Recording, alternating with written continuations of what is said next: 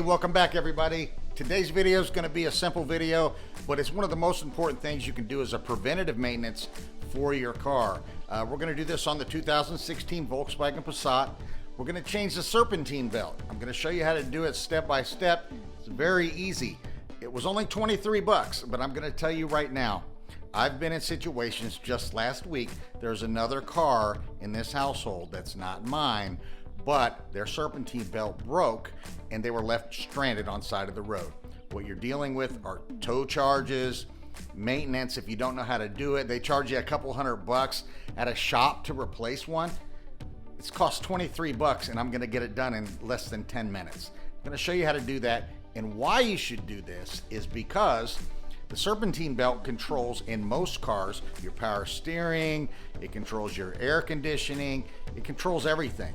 So in your alternator especially, and with that, your car's gonna be dead. No lights, no nothing, no power. You just can't go. Your car's just gonna stop. But in the Volkswagen Passat, it just controls the alternator and the air compressor. So those are very important things. Without an alternator, your battery's not gonna charge and your car's gonna be dead. No lights, no nothing. I've got the belt. I'm gonna put a link for that belt in the description. I shopped around. It's a Gates belt. They've been around for a long time. There are more expensive belts. There are less expensive belts, but this is a good quality belt. So let's get this thing done. You're only gonna need a couple things, and I'll show you. You're gonna need a socket, a ratchet, and maybe an extension for that ratchet to give yourself some leverage. So let's get after this thing. So this is the belt. It's a Gates Micro V. This is the part number. I will put the link in the description for you guys. Just click on that and you can pick it up from Amazon or whatever. And I think it's even cheaper on Amazon. I got it at O'Reilly Auto Parts, but I think Amazon has them for like 15 bucks. So don't quote me on that, but I'll put the link down there so you guys can pick it up. Let's get this thing installed. So let's jump over here and I'll show you the tools you're gonna need. Like I said, it's very minimal. All right, of course you're gonna need the belt itself. Just a ratchet. Now that ratchet's not very long because you do have to get down in there a little bit. So I have an extension, just a pipe, just a PVC pipe. It's very strong. You can use a metal pipe or you can use a breaker bar, which is longer. But unfortunately, I let somebody borrow my breaker bar, and yeah. So we're gonna use this pipe for an extension. And you're gonna need a 16 millimeter socket. So that is 16 millimeter. That's it, guys. That's it. Let's go get this thing installed. And another thing I want to mention here is that I've looked everywhere. I can't find the exact mileage that you're supposed to replace the belt. Really, you should inspect the belt about every, 30,000 miles. Really every oil change, so maybe every 5,000, inspect it. But you're looking for micro cracks, you're looking for stretching, things like that. My belt looks pretty good. I bought this car used a couple years ago, and I don't know if it's ever been replaced. The belt looks good, but I don't want to take any chances. I just want to go ahead and replace it. So I would recommend at minimum every 40 to 50,000 miles, just replace the belt. Very simple. You don't have to worry anymore. Like I said, you'll be dead on side of the road. Your car will be dead. You won't be dead, but your car's going to be dead, and you're going to wish that you had replaced that thing. Let's get this thing open. I'm going to show you where everything is. Now, this is a 1.8 TSI. Got the turbo, all the stuff. You've seen it over the last year or so. This is your belt. That's your alternator. That's your belt. The belt looks really good. I mean, it's in good shape, but we're going to go ahead and replace it anyway. It goes down along the air compressor there. That pulley is the air compressor. And then back down in there is your crank pulley for your crank. And then you have your tensioner, which is in here. That's what we're going to relieve the tension with on the belt so we can get it on and off. So I'm going to download a diagram here, and I'm going to put it up in the on the screen here while I'm telling you about this. Always download a diagram or take a really good picture of your Serpentine belt so you know exactly how it goes back on. This one's going to be really easy, but some cars like Hondas and stuff, man, it's ridiculous. I mean, they're like 7 pulleys or some stuff you have to go around. But we only have 1, 2, 3 plus the tensioner.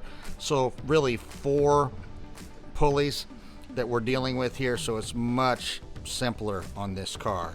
So I'll check out the diagram here. Make sure you take a snapshot of this diagram. It's very important. I have it memorized. I mean, this is a very, very simple one. So if you have this car, you're very fortunate. And it'll show you what the pulleys are and what they power. Again, this belt doesn't look bad at all. So we're going to take our 16 millimeter and we're going to put it down there on the tensioner. So here it is. And when we pull, we're going to pull towards the front of the car, and that will loosen the belt. So let's try to do this one-handed. Get it on there. Car's a little hot because I just got back from O'Reilly's. Okay, it's on there, but see how there's not much room to work with here.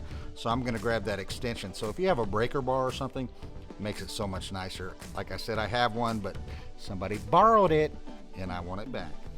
So I have this pipe here, this PVC pipe. I'm just going to slide it over the top of the ratchet here. And I'm hoping you can see this. But when I pull towards the front of the car, it loosens that belt.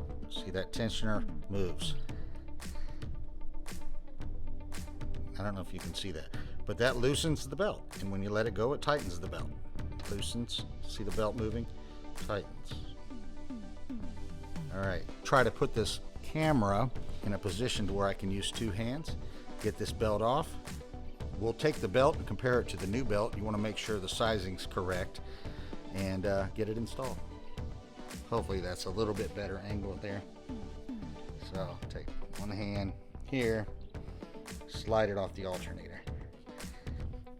All right, and you can let your tension loose and just take it off. Just take it off all the pulleys there. Now, some people are saying, and it's true, you can do this from the bottom, and some find it easier, but on this car, it's so simple. I don't see a need for that because you're gonna have to take off that splash guard underneath and get up under there.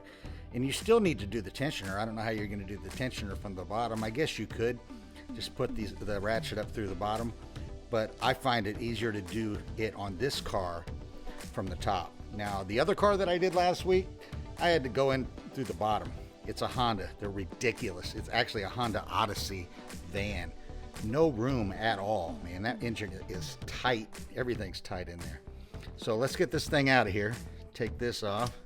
Just fish our way down. Everything out. It's off. Get down underneath the compressor pulley. Got that. It's a little tight. I want to give you a better look real quick. It's snagged a little bit, but see this, your pulleys here. Down there is your crank shaft pulley, and I'm just trying to get it out from under there. You just got to get your hands down in there. The car's still a little hot, so yeah, just wanted you to see what we were working with here. All right, so that's it. Just got to go around all that stuff. It's out. Okay. So what you want to do is you want to kind of, I already did it. I have one hand here. I kind of put the belts together and made sure they were the same size. That's important. And not that we need to at this point, but we want to look at the old belt and we want to look for any micro cracks or anything. I don't know if you can see that, but there really aren't any cracks or anything. I mean, the belt looks pretty good. Yeah, there's some wear there, but very, very minor. You know, that's normal. So this belt's, you know, but like I said, it's good to replace them. It was 22 bucks. This is the new belt. We're going to get this thing put on and get on down the road with ourselves. Okay, I wanted to show you. See down here, that's why I had trouble getting the belt off that crank pulley. That pipe right there, that runs to the intercooler or radiator. And it's just in the way a little bit. So you have to kind of tilt to get the belt in between those two. You've got to kind of manipulate it a little bit. But we're going to start by getting it on that. Then we're going to wrap it around the air compressor. And then the alternator. And then the tensioner. It doesn't matter what order, but I think that seems like the easiest order. Do the alternator last, I guess, with the tensioner, because it's up so high.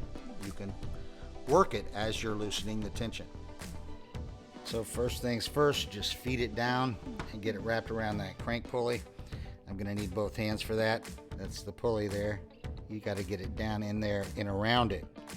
So I'm going to use both hands to do that and turn this light out. Just wanted you to be able to see what I'm trying to do here. All right, that was very simple. I just had to get down there with my hands and just kind of move it through the crack there. You see it's around the crank pulley there, okay? And then I ran it down underneath the compressor pulley there. Okay, so there's my slack. The last thing we're gonna do is put it around the alternator. But first, we need to get the ratchet back on the tensioner. Now, see how it's running down below the tensioner there? That's where you want it.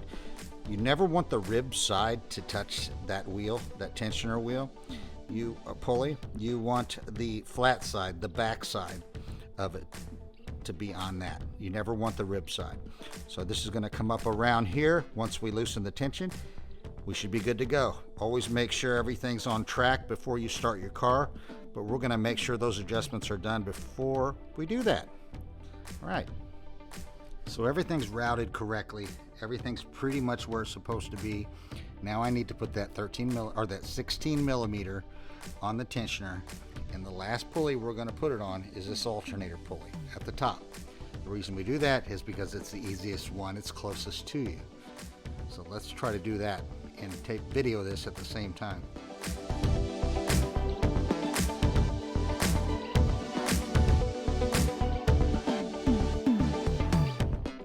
All right, guys, it is really difficult to do this while you're trying to make a video, but I hope you could see everything okay.